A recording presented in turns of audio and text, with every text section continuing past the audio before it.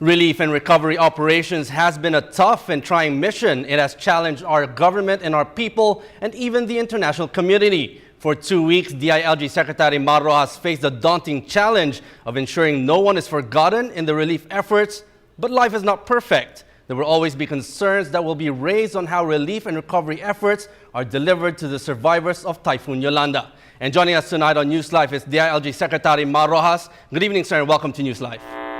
Magandang gabi sa ating lahat.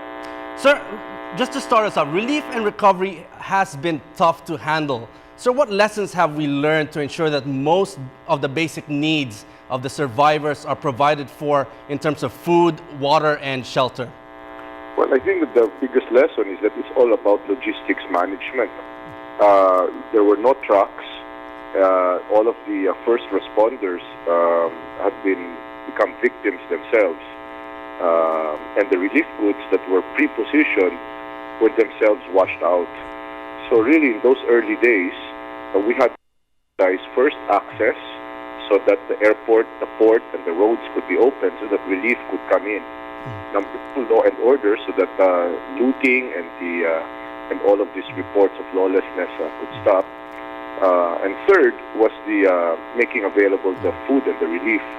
And we were able to start out first just with whatever was on hand, until finally the relief came in from Manila, from Mindanao, through the land routes of the Maharlika Highway, until and then eventually by ship the volumes came in. And so now I think that by last account by DSWD, they're up to 1,600,000 food packs already as of yesterday or today.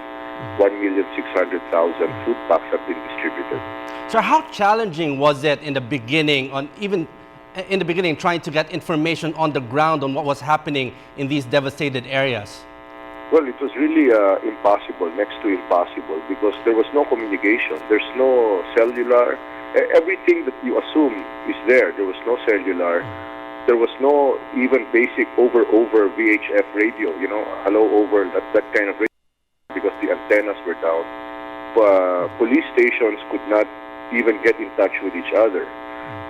There was no power, no light, and to find out what was happening anywhere, even within the city from barangay to barangay, we had to send a runner on a bicycle, go there and find out what's happening, and he would come back one day later and to give you a report. So it was really very slow in the beginning, and that's why SecVol's Gasmin really focused on opening up the airport so that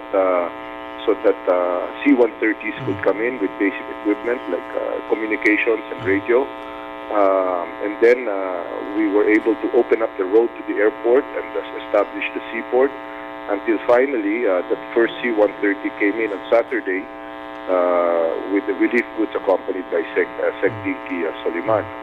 The president, of course, came in on Sunday, 2 days later, and to survey the situation, and he saw for himself the difficulty on the ground.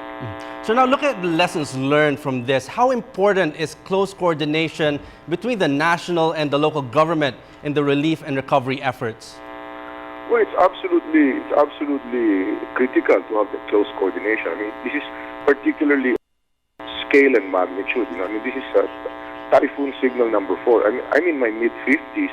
I've never in my life ever encountered signal number 4, and even then, this is at the high end of signal number 4, because it was at like 350, 380 kilometer per hour winds, accompanying a storm surge where for 1 or 2 kilometers inland from the shore, everything was just washed away. So if it's a norm, parang like signal number 1, signal number 2 is parang baliwala kumpara dito. So particularly given the scale, the immediacy, the huge numbers in Eastern Visayas alone, 275,000 families is the count. In the entire Visayas, including Panay, Palawan, Mindoro, Romblon, Biliran, etc., I think the count is 800,000 families. Collaboration and close coordination is of critical importance, because there's no LGU that can handle this on their own.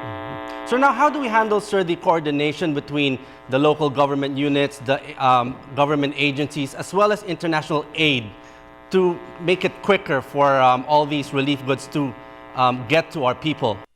Well, I think the most important is really just having basic information so that the relief could go to where it's needed. And for example, if there's a foreign aid in terms of doctors, then and it's only doctors and nurses, then they have to be sent to a place with a standing structure.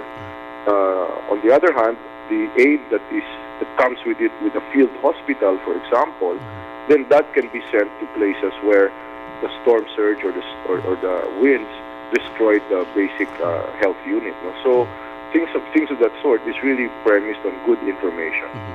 Sir, last week you said that the worst is over, time to focus on recovery. So what now are the priorities of government during the period of recovery? Will these include building shelters, providing jobs or livelihood, and also ensuring that our children are back in school?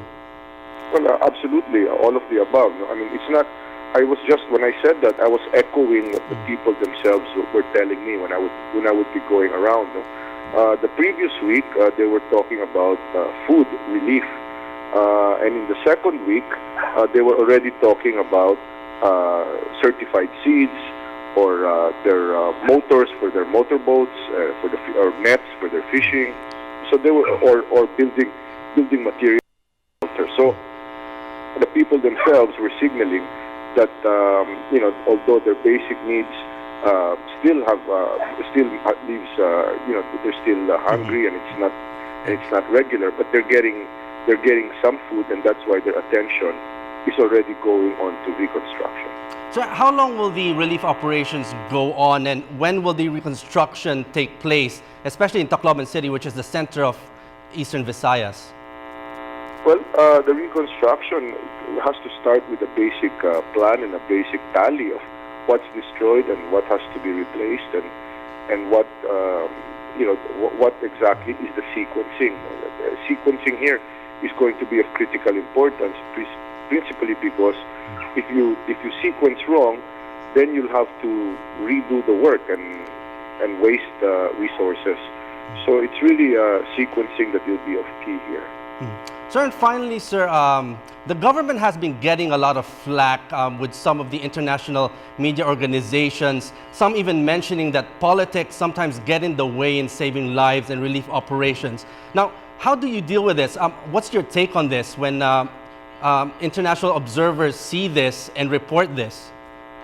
Well, I think that's really unfair.